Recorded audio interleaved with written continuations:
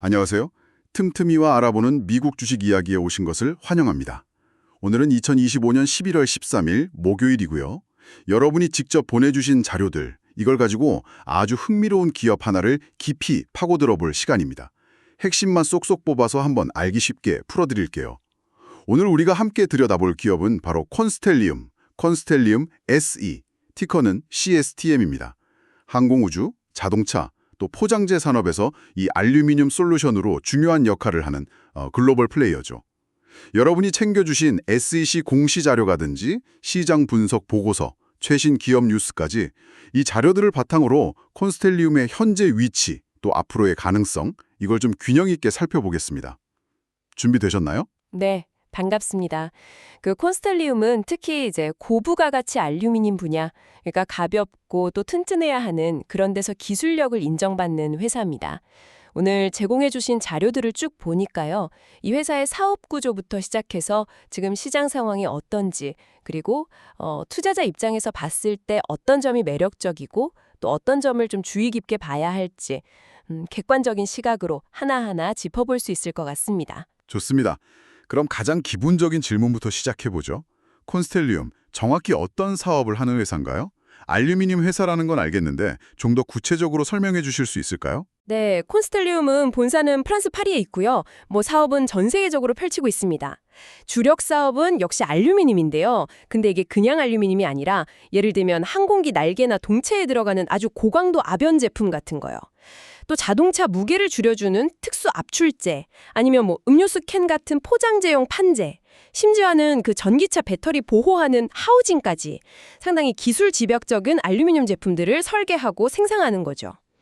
사업 영역을 크게 한 세 덩어리로 나눠볼 수 있어요. 첫째가 항공우주 및 운송, A&T 부문입니다. 이름 그대로 항공기나 방위산업용 특수 알루미늄 제품을 만들죠. 2024년 기준으로 보면 전체 매출의 약 25%, 한 4분의 1 정도가 여기서 나왔습니다.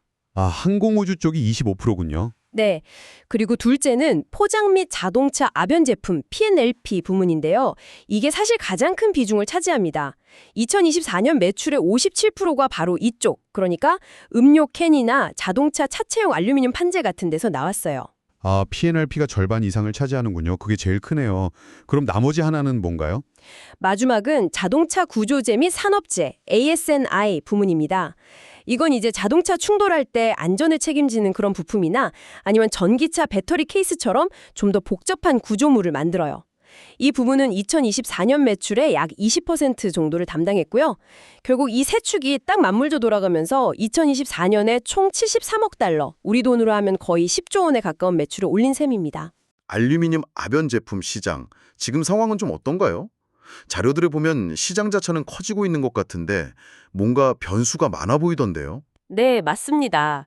알루미늄 압연 제품, 이게 자동차, 건축, 포장 등 워낙 쓰임새가 다양하잖아요. 그래서 기본적인 수요는 꾸준히 늘고 있습니다.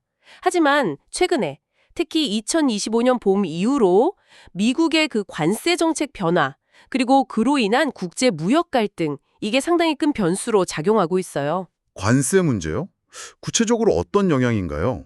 자료에 보면 미국 내 생산업체들이 가격을 올렸는데 근데 수요를 다 못 맞춘다.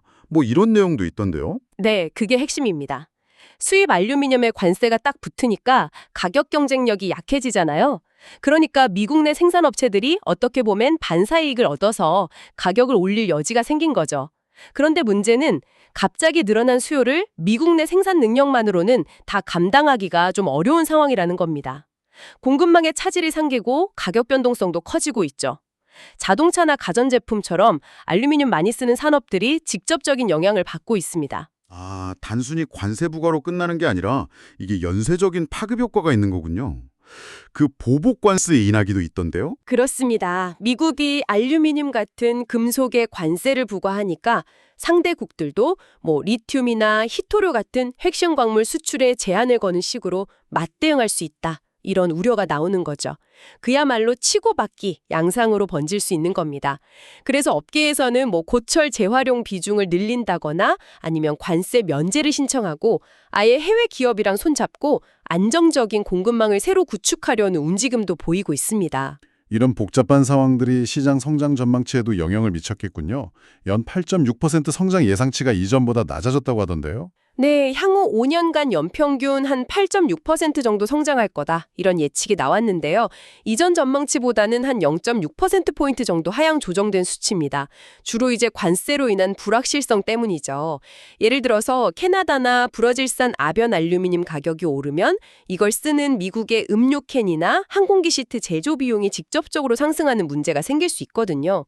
이런 무역 긴장이 길어지면 사실 세계 경제 전체에도 부담이 될 수밖에 없고요. 그 외에도 AI나 자동화 같은 기술 발전, 아니면 지정학적 리스크, 인플레이션과 금리 같은 거시경제 변수들도 당연히 시장에 영향을 미치고 있습니다. 시장 상황이 녹록지 않다는 건 분명하네요. 자, 이런 시장 환경 속에서 콘스텔리움 자체의 강점은 무엇일지 좀 살펴보죠. 제공해 주신 자료들을 보면 긍정적인 신호들도 꽤 보이던데요. 특히 그 지속 가능성하고 혁신에 대한 이야기가 많았습니다. 이게 그냥 구호에 그치는 걸까요? 아니면 실제적인 경쟁력이 되고 있을까요? 상당히 실질적인 경쟁력으로 작용하고 있는 것 같습니다. 그 심플리 월스트리트 분석에서도 지적하듯이 요즘은 단순히 제품만 좋다고 되는 게 아니라 얼마나 친환경적인지 또 재활용은 잘하는지 이게 기업 가치에 큰 영향을 거두거든요. 콘스텔리움은 이 부분에서 확실히 좀 앞서 나가려는 노력을 보여주고 있어요. 이게 단순히 이미지 제고를 넘어서 실제 판매량 증가나 가격 협상력 강화, 수익성 개선으로 이어질 수 있다. 이런 분석입니다. 오, 구체적인 사례가 있을까요? 물론이죠. 기업 뉴스들을 보면 그 나사의 달 탐사 프로젝트 아르테미스 있잖아요. 아니면 제프 베조스의 블루 오리진 로켓. 이런 정말 최첨단 분야에 콘스텔리움의 알루미늄 솔루션이 들어갑니다. 이건 그냥 아무나 할 수 있는 게 아니죠. 그만큼 기술력을 인정받았다는 아주 강력한 증거입니다. 또 에어버스나 보잉 같은 거대 항공기 제조사들이랑 장기 공급 계약을 계속 맺고 있다는 것도 기술적인 신뢰도를 보여주는 거고요. 아, 그렇군요. 재활용 기술 쪽에서도 성과가 있다고요? 네, 재활용 기술 쪽에서도 주목할 만한 성과가 있습니다. 독일의 재활용 전문 기업이라 손잡고 LIBS라는 기술을 썼다고 나오는데요. LIBS요? 그게 뭔가요? 레이저 무시기 하던데 좀 어렵네요. 네, 그 레이저 유도 플라즈마 분광법이라고 레이저 유도 플라즈마 분광법의 약자인데요. 쉽게 말하면 레이저를 팍 쏴서 폐 알루미늄 조각의 성분을 그냥 순식간에 분석하고 종류별로 착착 분류해주는 기술입니다. 이걸 산업 규모로 적용하는 데 성공했다는 건 폐자원을 훨씬 효율적으로 그리고 더 고품질로 재활용할 수 있게 됐다는 의미가 커요. 프랑스 공장이 그 음료캔 만드는 크라운 홀딩스로부터 재활용 알루미늄 코일 품질을 인정받은 것도 같은 맥락이고요. 아하, 그러니까 그냥 재활용한다가 아니라 제대로 효율적으로 한다는 게 핵심이군요. 정부 지원 소식도 있던데요. 맞습니다. 미국 에너지부 DOE가 웨스트버지니아에 있는 공장에 저탄소 기술을 도입하는 조건으로 최대 7,500만 달러, 우리 돈으로 거의 1,000억 원에 달하는 자금을 지원하기로 결정했습니다. 이건 역시 콘스텔리움의 친환경 기술 개발 노력을 정부 차원에서 인정한 사례라고 볼 수 있죠. 고객사들로부터 받는 상들도 빼놓을 수 없고요. 에어버스의 최고 성과상, 사프란의 저탄소상, 이런 것들은 단순한 상패 이상의 의미, 그러니까 파트너로서의 신뢰와 기술력을 입증하는 증표라고 할 수 있겠습니다. 네, 기술력, 지속 가능성, 파트너십, 확실히 강점이 있어 보입니다. 그렇다면 이런 강점들이 실제 재무 성과로도 이어지고 있나요? 2025년 1분기 실적 자료를 보면 출하량은 줄었는데 매출은 늘었더라고요. 이건 어떻게 해석해야 할까요? 네, 그 부분을 좀 자세히 볼 필요가 있습니다. 2025년 1분기 출하량, 그러니까 판매량 자체는 전년 같은 기간보다 2% 줄었어요. 하지만 매출액은 오히려 5% 늘어서 20억 달러를 기록했죠. 이건 이제 원자재인 알루미늄 가격 자체가 오른 효과가 컸다고 분석됩니다. 순이익 역시 2,200만 달러에서 3,800만 달러로 증가했고요. 특히 그 주력 사업인 P&SAP, 그러니까 포장재하고 자동차 판재 쪽 성과가 좋았다고요? 맞습니다. P&ARP 부문의 조정 EBITDA가 무려 25%나 증가하면서 전체 실적을 견인했습니다. 여기서 조정 EBITD라는 지표가 자주 나오는데 간단히 말해 이자, 세금, 감가상각비 같은 그런 회계적인 비용들을 제외하고 순수하게 영업활동으로 얼마나 현금을 벌어들이는지를 보여주는 지표라고 생각하시면 됩니다. 기업의 현금 창출 능력을 볼 때 유효한 유용하죠. 콘스텔리움은 시장 환경이 어렵지만 비용을 줄이고 또 계획했던 전략들을 잘 실행하면서 2025년 전체 조정 이비타 목표치 6억에서 6억 3천만 달러 정도인데요. 이건 그대로 유지하겠다고 밝혔습니다. 단기적인 성과뿐만 아니라 장기적인 목표도 제시했죠. 2028년까지 조정 이비타 9억 달러, 잉여 현금 흐름 FCF 3억 달러. 이거 상당히 야심찬 목표 같은데요? 네, 상당히 공격적인 목표입니다. 잉여 현금 흐름 FCF라는 건 기업이 영업으로 벌어들인 돈에서 설비 투자 같은 데 꼭 써야 하는 돈을 빼고 남은 그야말로 이제 마음대로 쓸 수 있는 현금을 의미합니다. 이게 많을수록 뭐 빚을 갚거나 주주에게 배당을 주거나 새로운 투자를 할 여력이 커지는 거죠. 2028년까지 이 FCF를 3억 달러까지 만들겠다는 건 그만큼 회사의 현금 창출 능력을 키우겠다는 자신감의 표현으로 볼 수 있습니다. 그렇군요. 리더십에도 변화가 예고되어 있더군요. 새로운 CEO가 온다는데 이건 어떻게 봐야 할까요? 네, 그 SEC 공시자료 8-K에 따르면요. 2026년 1월 1일부로 현재 최고 운영 책임자 COO인 잉그리드 요르그가 새로운 CEO로 취임할 예정입니다. 현 CEO인 장 마크 제레맹의 뒤를 잇는 건데요. 이회에서는 내부 승진을 통해서 리더십의 연속성을 가져가겠다. 이 점을 좀 강조하고 있습니다. 뭐 갑작스러운 외부 영입이 아니라 내부 사정을 잘 아는 인물이 이끌게 된다는 점에서 좀 안정적인 변화를 추구하는 것으로 보입니다. 자, 지금까지 콘스텔리움의 긍정적인 측면들, 그러니까 기술력, 지속 가능성, 파트너십, 그리고 나름 선방하고 있는 재무 성과와 미래 목표까지 살펴봤습니다. 하지만 세상에 좋은 점만 있는 회사는 없겠죠. 제공된 자료들을 보면 분명히 우려스러운 부분, 즉 리스크 요인들도 지적되고 있습니다. 어떤 점들을 좀 주의 깊게 봐야 할까요? 네, 가장 먼저 아까도 잠깐 언급했지만 시장 환경의 어려움이 이게 단기간에 해소될 것 같지 않다는 점입니다. 1분기 실적 발표에서도 나왔듯이 포장재 쪽을 제외하면 항공우주나 자동차 구조재 같은 다른 주요 시장에서는 여전히 수요가 좀 약한 모습을 보였어요. 특히 작년에 스위스 공장에 홍수 피해를 입었는데 그 여파가 1분기 실적에도 좀 영향을 미쳤습니다. 조정 EBITDA 기준으로 약 1,000만 달러 정도 손실이 있었다고 하니까 이런 예상치 못한 변수도 무시할 순 없죠. 수요 약세에 더해서 경쟁도 치열하다고 하던데요. 알루미늄 만드는 회사가 콘스텔리움만 있는 건 아니니까요. 당연합니다. 심플리 월스트리트 분석에서도 지적하듯이 알루미늄 자체도 다른 친환경 소재들하고 경쟁해야 하는 상황이고요. 또 알루미늄 업계 내에서도 공급 과잉 우려가 계속 나오면서 가격하고 수익성에 압박을 받고 있습니다. 알코아, 리오틴토, 노델리스 같은 정말 쟁쟁한 글로벌 기업들이 버티고 있기 때문에 경쟁은 계속 치열할 수밖에 없습니다. 아까 이야기했던 그 관세 문제도 콘스텔리움에게는 직접적인 리스크 요인이 되겠고요. 그렇습니다. 특히 미국 시장 의존도가 있는 만큼 미국이 수입 알루미늄에 부과하는 관세 정책 변화는 콘스텔리움의 비용 구조하고 수익성에 직접적인 영향을 줄 수 있습니다. 캐나다나 브라질 같은 주요 공급처의 알루미늄 가격이 오르면 그걸 가공해서 파는 콘스텔리움의 마진이 줄어들 수 있는 거죠. 심플리 월스트 분석에서는 이런 무역 장벽이 회사의 자금 운용 유연성까지 위협할 수 있다. 이렇게 경고하고 있습니다. 재무 상태에 대한 경고음도 좀 들리는 것 같습니다. 자료에 보면 부채 이야기가 계속 나오던데요. 네, 이 부분은 확실히 짚고 넘어가야 합니다.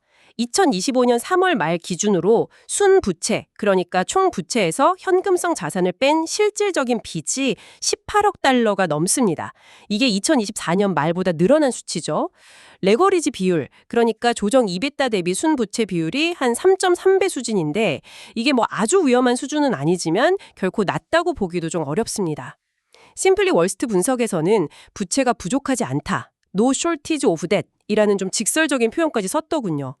자본 수익률이 둔화되고 있다는 지적도 있었고요. 결국 빚이 많다는 건 금리 상승기에 이자 부담이 커질 수 있다는 의미이기도 합니다. 아까 잉여연금 흐름이 중요하다고 하셨는데 1분기에 FCF가 마이너스였다는 점도 좀 걸리네요. 맞습니다. 2025년 1분기 FCF는 마이너스 3천만 달러를 기록했습니다. 회사 측에서는 그 스위스 공장 복구 비용 한 2,700만 달러 정도 들었다는데 이것 때문에 일시적으로 마이너스가 됐다고 설명은 하지만 어쨌든 벌어들인 현금보다 쓴 돈이 더 많았다는 뜻이니까요. 앞으로 현금 흐름이 어떻게 개선되는지 꾸준히 지켜볼 필요가 있습니다. 1분기 전체 판매량, 그러니까 출하량이 2% 줄었고 특히 항공우주 마이너스 11%나 자동차 구조재 마이너스 12% 쪽 감소폭이 컸다는 점도 수요 둔화가 실질적인 판매량 감소로 이어지고 있다는 신호로 볼 수 있고요. 주가 움직임이나 투자자 동향에서도 뭔가 신호가 있나요? 네, 지난 1년간 주가를 보면 미국 시장 전체 평균보다는 수익률이 좋았지만 같은 금속광업 분야의 다른 회사를 평균에는 못 미쳤다, 이런 분석이 있습니다. 주가 변동성 자체는 주간 한 6% 수준으로 아주 크진 않지만 안정적이라고만 보기도 어렵고요. 또 하나 눈여겨볼 점은 2024년 4분기에 일부 대형 기관 투자자들이 콘스텔리움 지분을 꽤 많이 줄였다는 사실입니다. 나스닥 자료를 보면 마운테니어 파트너스 매니지먼트나 제니슨 애소시에이트 같은 곳들이 지분을 90% 이상 대폭 축소했어요. 물론 기관들의 매매에는 다양한 이유가 있겠지만 적어도 일부 큰 손들이 비중을 줄였다는 건 참고할 만한 정보죠. 최근에 웰스파고 증권사가 시장 수익률, 이퀄 웨이트, 그러니까 그냥 시장 평균 정도의 성과를 보일 것이다, 이런 투자 의견으로 분석을 시작하기도 했습니다. 와, 정말 다각도로 살펴봤네요. 긍정적인 측면과 부정적인 측면이 상당히 명확하게 드러나는 것 같습니다. 정리해보자면 한쪽에는 혁신기술, 지속가능성 리더십, 주요 고객과의 당력한 관계라는 강점이 있고, 네, 그렇죠. 다른 한쪽에는 만만치 않은 시장 경쟁과 무역 갈등, 그리고 결코 가볍지 않은 부채 부담과 최근의 수요 둔화라는 약점과 위험 요인이 딱 공존하는 상황이죠. 콘스탈리움은 분명히 고부가 가치 알루미늄 시장에서 기술력과 혁신성을 갖춘 중요한 기업입니다. 특히 친환경 재활용 트렌드에 발맞춰 나가는 모습은 미래 성장 가능성을 보여주는 아주 긍정적인 부분이고요. 나사나 블루 오리진 같은 정말 까다로운 고객사를 확보했다는 건 그 기술력을 방증하는 것이기도 하고요. 하지만 동시에 말씀하신 것처럼 부채를 어떻게 관리하면서 성장을 이어나갈지, 또 치열한 경쟁과 관세 장벽 같은 외부 도전을 어떻게 극복할지가 관건이겠네요. 2028년까지 제시한 그 야심찬 재무 목표 달성 여부도 지켜봐야 할 포인트고요. 곧 있을 CEO 교체가 어떤 변화를 가져올지도 중요한 변수가 될 것 같습니다. 그렇습니다. 결국 콘스텔리움의 미래는 이러한 강점을 얼마나 잘 활용해서 약점을 극복하고 또 외부 환경 변화에 얼마나 유연하게 대처하느냐에 달려있다고 볼 수 있습니다.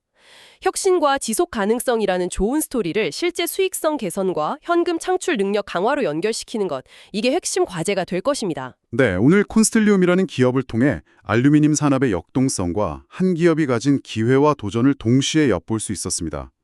지속 가능성이라는 미래 가치와 또 재무 건전성이라는 현실적인 과제 사이에서 어떤 균형점을 찾아 나갈지, 또 새로운 리더십은 어떤 방향으로 회사를 이끌어갈지 계속해서 지켜보는 것이 흥미로울 것 같습니다.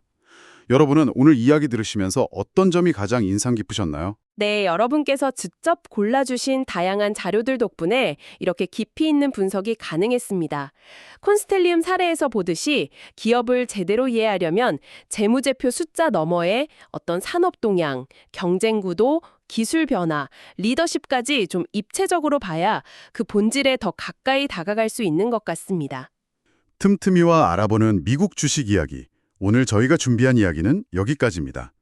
혹시 이 콘스텔리움처럼 여러분이 앞으로 더 깊이 알고 싶은 미국 기업이 있다면 주저하지 마시고 댓글로 남겨주세요. 여러분의 궁금증을 바탕으로 다음 시간을 알차게 준비해 돌아오겠습니다. 그럼 다음 시간에 더 흥미로운 기업 이야기로 다시 찾아뵙겠습니다. 고맙습니다.